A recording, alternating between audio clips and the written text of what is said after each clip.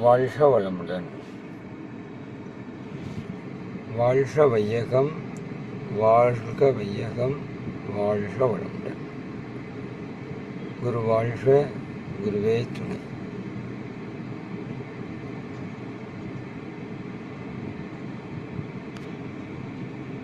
வாழ்க வளமுடன். எல்லாம் வல்ல அருட்பேராற்றலையும் அதன் அனைத்து தன்மாற்ற நிலைகளையும்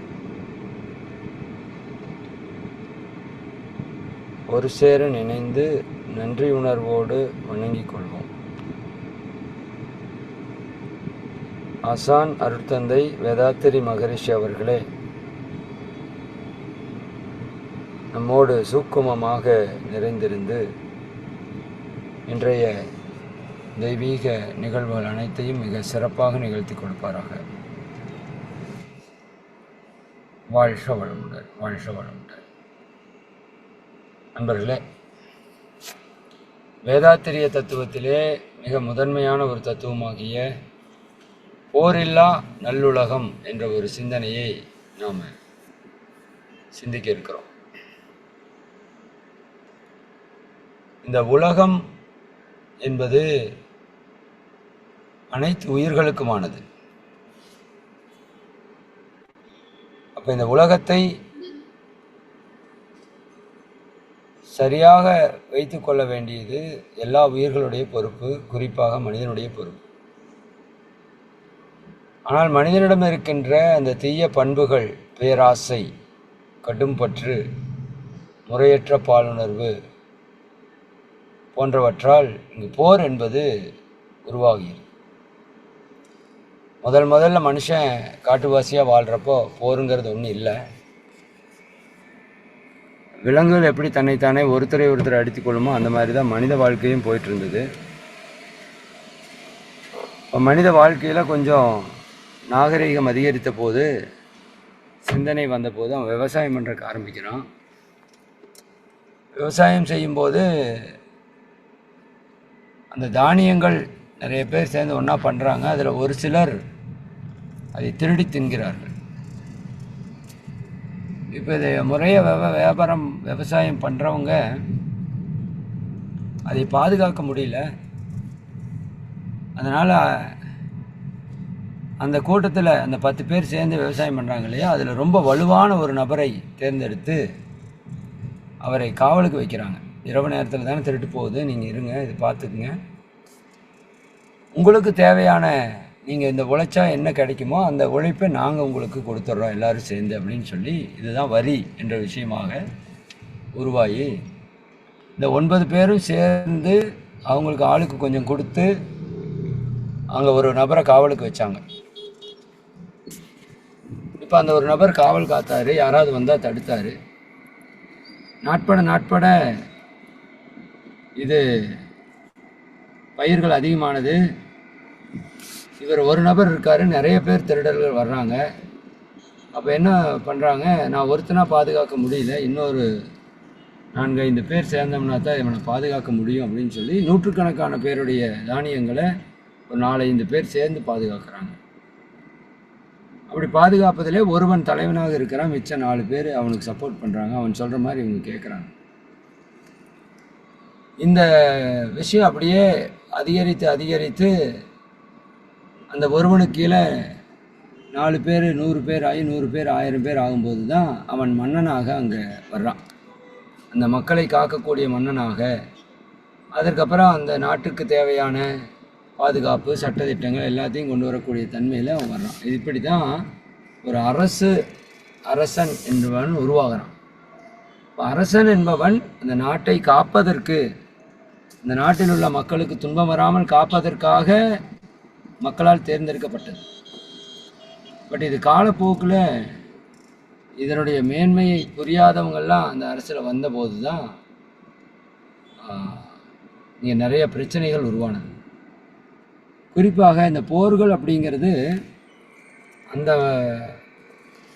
அரசு நிலையில் இருக்கக்கூடியவங்களுக்கு ஏற்பட்ட பேராசை தான் போருக்கான அடிப்படை காரணம். எனக்கு இன்னும் நிலம் வேணும், இன்னும் பொருள் வேணும். நிலம் பொருளுக்கு மட்டும் அல்ல, பெண்களுக்காக கூட போர்கள் நடந்திருக்கு. சில படங்கள் கூட அப்படியெல்லாம் நீங்கள் பார்த்துருக்கலாம். அப்போது இந்த பிறர் வளம் பறித்தல் அப்படிங்கிற ஒரு பண்புலையே மனிதன் வாழ்கிறதால அவனுக்கு அந்த போர் என்பது ஒரு தன்மையாக போச்சு. அதில் வெற்றி பெறுவது அது ஒரு பெரிய வீரமாகவெல்லாம், அதாவது நம்மை ஒருத்தங்க அழிக்கிறதுக்கு வர்றாங்க, அதை காப்பாற்றுறது அப்படிங்கிறது சரியான விஷயந்தான். பட் நாம் பிறர் மேலே போய் போர் தொடுக்க வேணுமானா அது தேவையில்லை. அது அறியாமையினுடைய ஒரு உச்சம். அப்போது இப்படி அந்த போர்கள் உருவானது, பேராசை, கடும்பற்று இதெல்லாம் சேர்ந்து தான் போருக்கான அடிப்படையாச்சு. அப்போது இந்த பிறர் வளம் பறித்தல் அப்படிங்கிற தப்பு தான் போராக மாறிச்சு.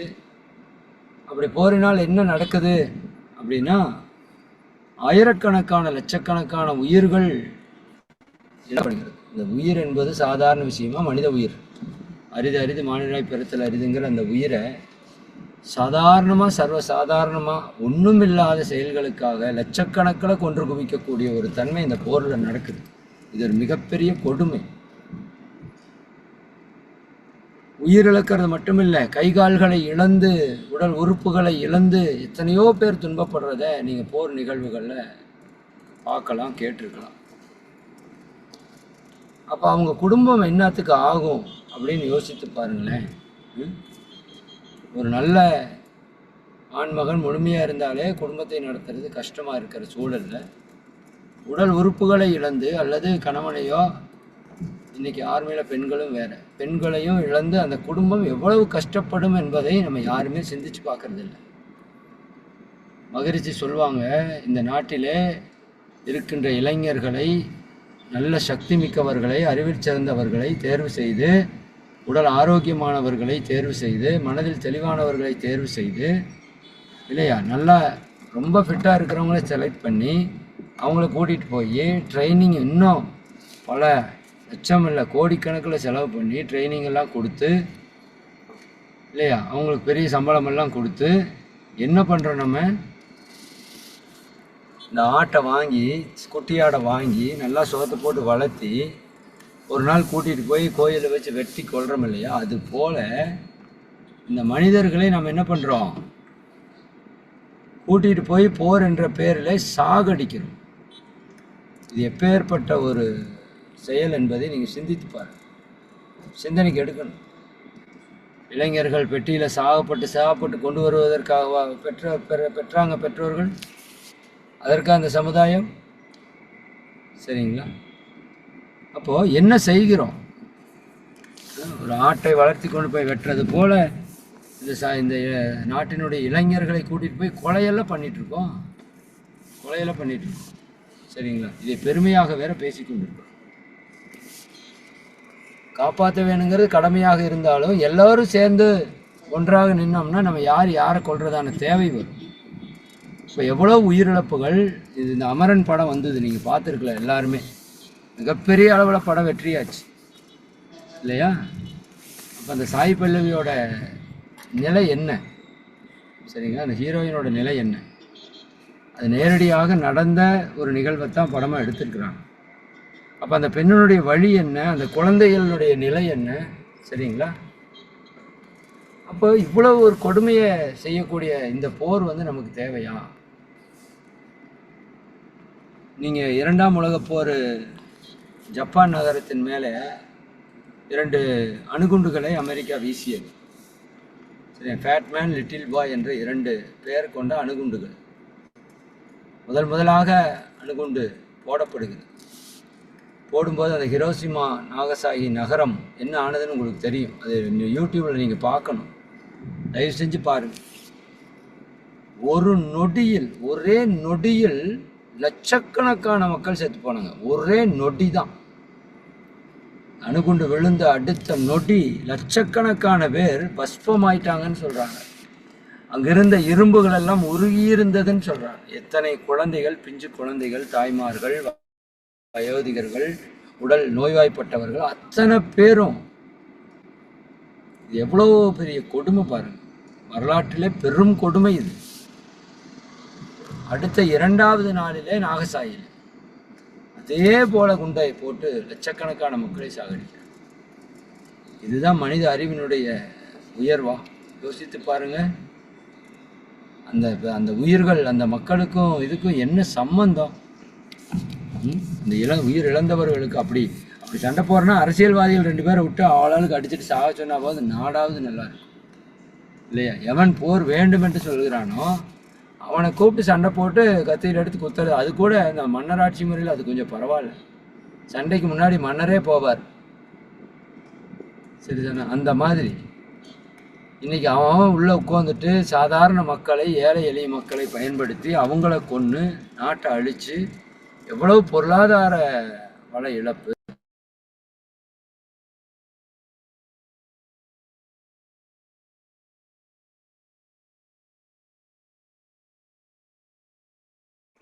எவ்வளவு பொருளாதார இழப்பு யோசித்து பாருங்க. அப்போ பொருளாதாரம் இந்த போருக்காகவே பல பல கோடியை வந்து அவங்க இதுக்காக இழக்கிறாங்க.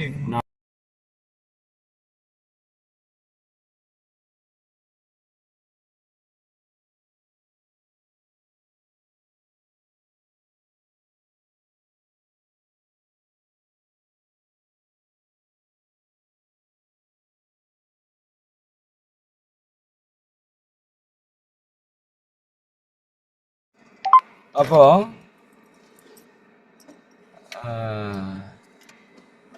இந்த தன்மை அதை வந்து நீங்கள் நல்லா புரியணும். ஒரு நாட்டில் நான் அது கூட அன்றைக்கி ஒரு தடவை எடுத்து வச்சேன். இந்திய பொருளாதாரத்தில் இராணுவத்திற்கான செலவு அது நம்ம பட்ஜெட்டில் பார்க்கணும், சரிங்களா? சரி, அது நம்ம ஒரு ஒரு ஒரு இது பார்த்தோம் அப்படின்னா, நான் அன்றைக்கி ஒரு தடவை அதை பார்த்தேன். இந்த இந்திய நாட்டில் கல்விக்கு ஒதுக்கக்கூடிய செலவை விட, நல்லா மனசில் வச்சுக்கோங்க, கல்வி இந்த நாட்டினுடைய மொத்த வளர்ச்சிக்கும் அடிப்படை என்னென்னா அறிவு தான் இல்லையா? அதுதான் கல்வி. இந்த கல்விக்கு ஒதுக்கக்கூடிய செலவை விட சில மடங்குகள் ஜாஸ்தியாக, கொஞ்சம் இல்லை, சில மடங்குகள் ஜாஸ்தியாக இராணுவத்துக்கு நம்ம செலவு பண்ணுறோம். அத்தனை கோடியை செலவு பண்ணுறோம், சரிங்களா? அப்போ அவ்வளவு பொருளாதாரம் நம்மளோட காசு, நாம் உழைக்கிற ஒவ்வொரு ரூபாயும் எதுக்காக போகுது, சரிங்களா? அப்போ இந்த ஒரு அறியாமையில் நம்ம இவ்வளோ தூரம் இருக்கிறோமே, இவ்வளோ ஏழை மக்கள் இருக்கிறாங்க அப்படின்னு நம்ம சொல்கிறோம். சாப்பிட்றதுக்கு சோறு இல்லைங்கிறோம். எத்தனை கோடி மக்களுக்கு? கிட்டத்தட்ட 30 கோடி மக்கள் இரவு நேரம் சாப்பிடாம படுக்கிறாங்கன்னு சொல்கிறோம் இந்த தேசத்தில். ஆனால் இதே தேசத்தில் தான் போருக்காக பல கோடி ரூபாயை நம்ம செலவு பண்ணிகிட்ருக்கோம். அணு ஆயுதங்களை வாங்கிறது, இராணுவ தளவாடங்களை அமைக்கிறது, இராணுவ வீரர்களுக்கான சம்பளம் முதல் கொண்டு, அதில் யார் காசு? எவ்வளவு பொருளாதார இழப்பு! அப்போ எவ்வளவு மக்களுடைய வளத்தை நம்ம உயர்த்துவதற்காக இருக்கிற இந்த விஷயத்தை நம்ம வந்து வீணடித்து கொண்டு இருக்கிறோம்னு நீங்கள் சிந்திக்கணும். ஒரு பக்கம் உயிரிழப்பு மகிழ்ச்சி சொல்லுவாங்க, சரிங்களா? ஒரே நிமிஷம்.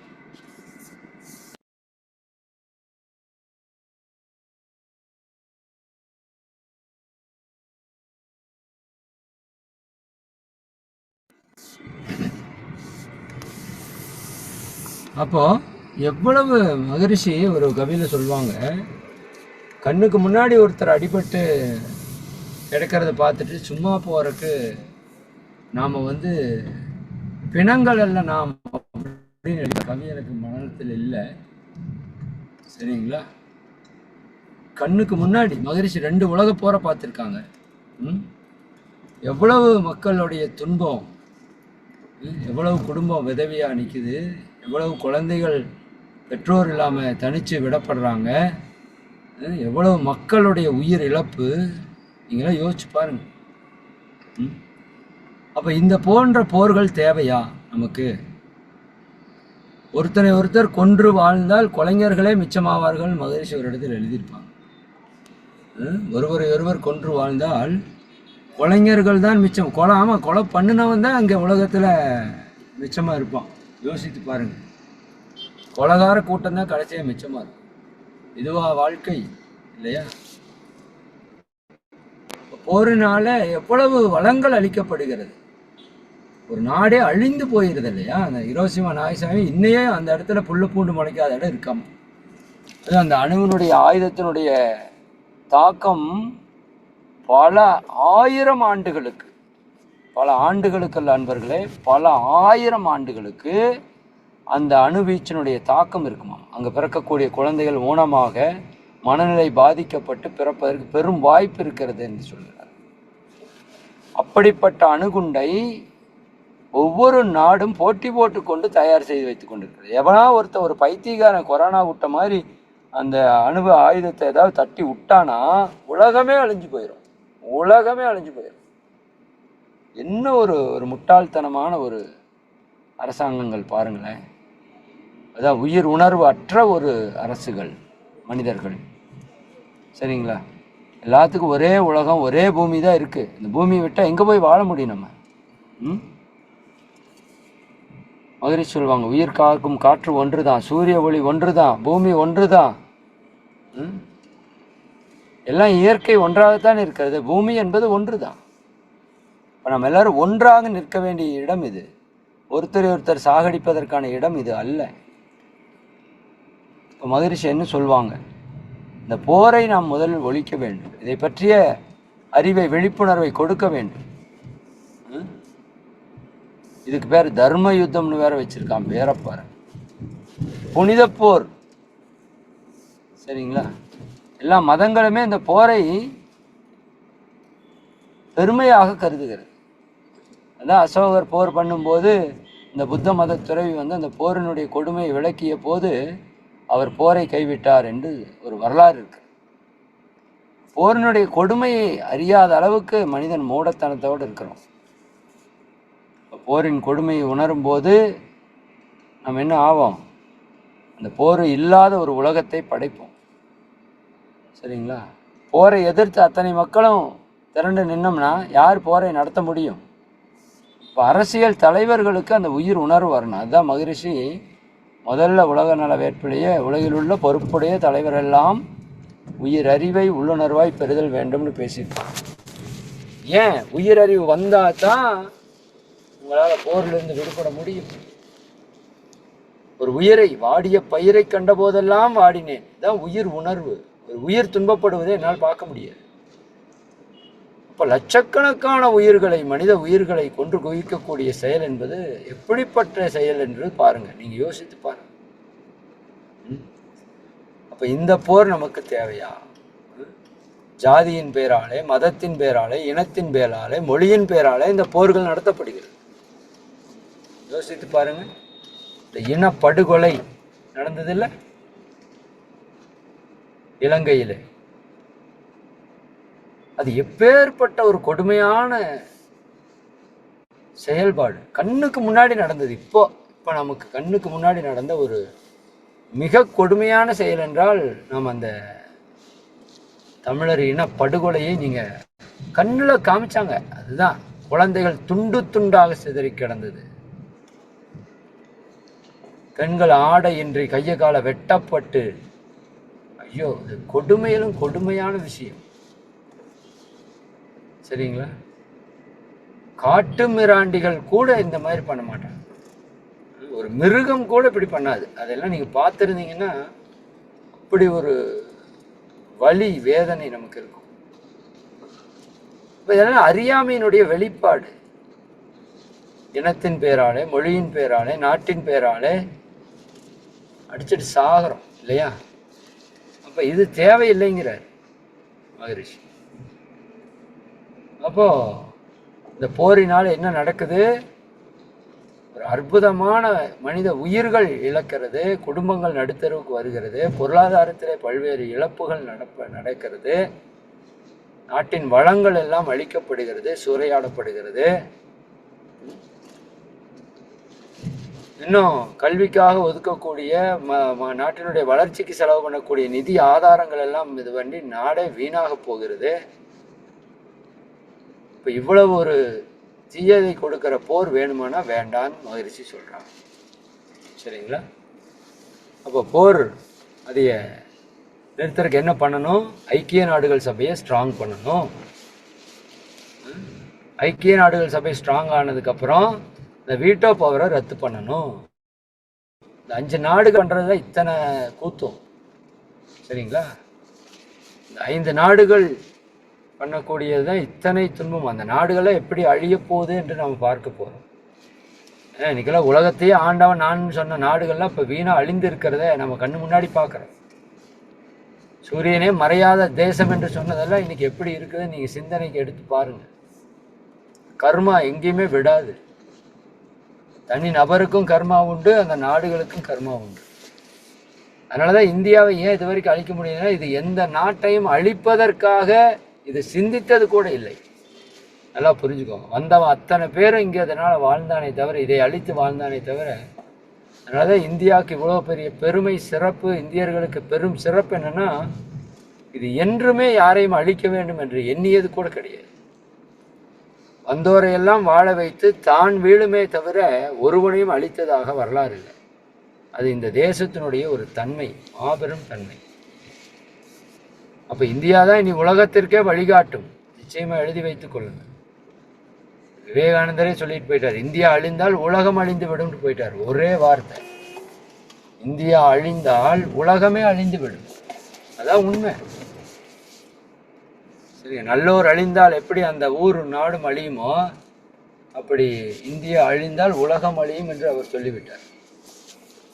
இப்போ இதனுடைய புண்ணியத்தில் தான் இந்த உலகமே உருண்டு கொண்டு இருக்கிறது. அப்போ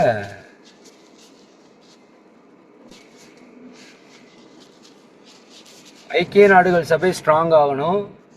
எல்லா நாடுகளுக்கும் சமமான உரிமை வழங்கப்பட வேண்டும் மக்கள் தொகையினுடைய அடிப்படையில்.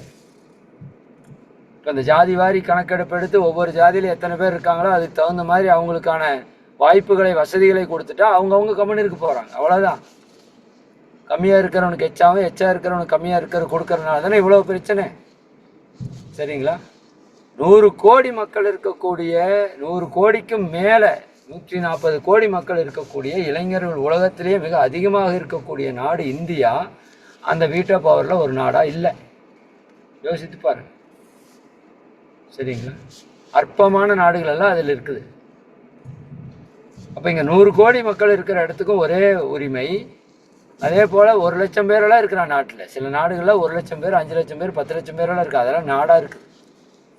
அந்த நாட்டுக்கும் ஒரே கணக்கெடுப்பு. எப்படி இது சாத்தியமாகும்? அப்போ மக்கள் தொகையினுடைய அடிப்படையில் 1 கோடி மக்களுக்கு ஒரு பிரதிநிதி, 800 கோடி பேர் இருக்கானா 800 பிரதிநிதி ஒன்று கூடி ஒரு ஆட்சியை அமைக்க வேண்டும். அதை ஸ்ட்ராங் பண்ணணும். அதை ஸ்ட்ராங் பண்ணும்போது என்ன நடக்கும்? எங்கேயுமே போர் என்பது இருக்கக்கூடாது என்று அந்த ஐக்கிய நாடுகள் சபை அறிவிக்க வேண்டும். எல்லைகள் இருக்கும். எல்லைகளை ஐக்கிய நாடுகள் சபையை பாதுகாத்து கொள்ளும். நாடுகளுக்குள்ள ஏதாவது பிரச்சனைகள் வந்தால் நீங்கள் ஐக்கிய நாடுகள் சபையில் அறிவிக்க வேண்டும். அவர்கள் அதில் உள்ளே நமக்கு வழிகாட்டுதல் சரியாக கொடுப்பார்கள். ஐக்கிய நாடுகள் சபையில் மட்டும்தான் ஒரு மிகப்பெரிய ஆர்மியை அவங்க ஸ்ட்ராங்காக வச்சுருப்பாங்க. அது ஒரே ஒரு ஆர்மி தான் உலகத்துக்கே. சரிங்களா? மற்ற எங்கேயுமே ஆர்மி கிடையாது. அப்போ அந்த ஆர்மியெல்லாம் எடுத்து என்ன பண்ணலான்னு மகரிஷி சொல்கிறாங்க, எல்லாரும் ஏழை மக்களுடைய தேவை, வாழ்வாதாரம், பொருளாதாரம், விஞ்ஞானம், இன்னும் மலையை குடைந்து ரோடு போடுதல், இன்னும் என்னென்னவெல்லாம் மக்களுடைய வாழ்க்கைக்கு பணிகள் தேவையாக இருக்கிறதோ அத்தனைக்கும் அந்த இராணுவத்தை நாம் பயன்படுத்தணும். அதனுடைய பொருளை நம்ம பயன்படுத்தணும்னா ஓரிரு ஆண்டுகளிலே இந்த உலகம் சொர்க்கமாக மாறிவிடும் சொல்கிறார். ஓரிரு ஆண்டுகளிலே. அது எவ்வளோ பெரிய ஒரு சிந்தனை செயல் அப்படிங்கிறத நம்ம சிந்திச்சு பார்க்கணும். அப்போ இந்த போரினால் யாருக்காவது ஒரு பைசாக்கு இருக்குமா நன்மை என்றால் இல்லவே இல்லை. அந்த ஆயுதம் தயாரித்து விற்று அதன் வழியாக பணத்தை சேர்க்கக்கூடிய நாடுகளுக்கு மட்டுமே இது நன்மையை கொடுக்கறதா இருக்குது. அதுவுமே நன்மை கிடையாது. பல உயிர்களை அழித்து இவன் நல்லதாக இருக்கலான்னு நினைக்கிறான். பட் அப்படி நல்லதாக இருக்க முடியாது. சரிங்களா? அவனுக்கு மிகப்பெரிய துன்பம், பாவம் வந்து கொண்டே இருக்கும். அது அந்த நாட்டை அழித்தே தீரும் என்று கர்ம வினை தத்துவம் தெரியாதனால அவர்களுடைய செயல்பாடு இப்படி இருக்கிறது. அந்த விதத்தில் நம்ம இந்த போர் என்பது முற்றிலும் மனித குலத்திற்கு மட்டுமல்ல, அனைத்து உயிர்களுக்கும் எதிரான ஒரு போர் இல்லாத உலகம் அமைய வேண்டும் என்று நாம் ஒவ்வொருவரும் நம்முடைய வாழ்த்திலே சொல்லணும். உலகம் அமைதியா, போரின்றி, போர் பகை அச்சமின்றி மக்கள் உழைத்துண்டு வளம் காத்து வாழ வேண்டும் சொல்றார் பாரு. மகரிஷி மகான்கள் எங்கேயுமே ஒழிகன்னு அவ்வளோ தூரம் சொல்ல மாட்டாங்க. ஐந்தொழுக்கு பண்பாடில் போதை, போர், பொய், புகை ஒழித்து அமல் செய்வோம் என்று சொல்கிறார். இப்போ போதை எவ்வளவு ஒரு துன்பமயமானது, உலகத்தை எவ்வளவு பாதிக்கிறது. போர் அதை விட பல மடங்கு பாதிப்பை கொடுக்கக்கூடியதாக இருக்கிறது. அப்போ இப்படிப்பட்ட போரை நாம் என்ன பண்ணணும்? நம்ம முழுமையாக நம்ம சிந்தனையில சிந்தித்து அது இல்லாமல் செய்ய வேண்டும். அதுதான் முக்கியம். சரிங்களா? சரி, அதற்காக தான் மகரிஷி அவங்க இந்த விஷயத்தை நமக்கு தெளிவாக கொடுத்துருக்குறாங்க. மகானுடைய நோக்கம் உலக அமைதியாக இருக்கணும், உலக உயிர்களெல்லாம் நிம்மதியாக மகிழ்ச்சியாக சந்தோஷமாக வாழணும் அப்படிங்கிறது தான் அவரோட நோக்கம். மனிதனை மனிதன் பகைத்து கொன்று துன்புறுத்தி இதெல்லாம் பண்ணுறது சரியானதல்ல. ஆயுதங்கள் இல்லை என்ற நிலை வரும்போது தான் உண்மையாலுமே மனித வளத்தில் முன்னேற்றம், வளர்ச்சி என்பது ஏற்பட முடியும். உலக அமைதிக்காக பல்வேறு அமைப்புகள் உலகத்தில் செயல்படுகிறது. அது நிறைய அமைப்புகள் இருக்குது. சரிங்களா? அந்த அமைப்புகள் எல்லாம் இணைந்து நாம் செயல்பட வேண்டும். குறிப்பாக மகரிஷி அவங்க போரில்லா உலகத்திற்கு என்ன பண்ணணும் என்பதை மிக தெளிவாக பட்டியலிட்டு நமக்கு கொடுத்துருக்குறாங்க. அதை நம்ம செயல்படுத்துவதற்கு நம்ம எண்ணத்திலே நாம் இந்த விதையை விதைக்க வேண்டும். உலகத்தில் பாலைவனங்கள் எல்லாம் கூட சோலை வனங்களாக மாற்றக்கூடிய அளவிற்கு சக்தி மனிதனிடம் இருக்கிறது. சரிங்களா? அப்போ அந்த அளவிற்கு ஒரு வாய்ப்பை இந்த போரை ஒழிக்கக்கூடிய தன்மையிலே நமக்கு பெற முடியும். அந்த விதத்தில் அந்த போரில்லா உலகம் அமைய வேண்டும் என்ற ஒரு எண்ணத்தை நாம் பதிவிடுவோம். அதை பற்றிய சிந்தனையை நாம் வளர்த்து கொள்வோம். மிக்க மகிழ்ச்சி. அனைவருக்கும் நன்றி. அருட்பேராற்றல் கருணையினால் நீங்களும் உங்கள் அன்பு குடும்ப உறுப்பினர்கள் அனைவரும் உடல் நலம், நீலாயுள், நிறை செல்வம், உயர்ப்புகள், விஞ்ஞானம் ஓங்கி இறை உணர்வு, அறநெறி, கல்வி, தனம், தானியம், இளமை, வலிவு, துணிவு, நன்மக்கட்பேறு, அறிவுயர்ந்தோர் நட்பு, அன்புடைமை, அகத்தவம், அழகு, புகழ், மனித மதிப்புணர்ந்து ஒழுகும் பண்பு, பொறுமை எனும் பேறு 16 பெற்று பெருவாழ்வு வாழ்க. வாழ்க வளமுடன், வாழ்க வளமுடன், வாழ்க வளம்.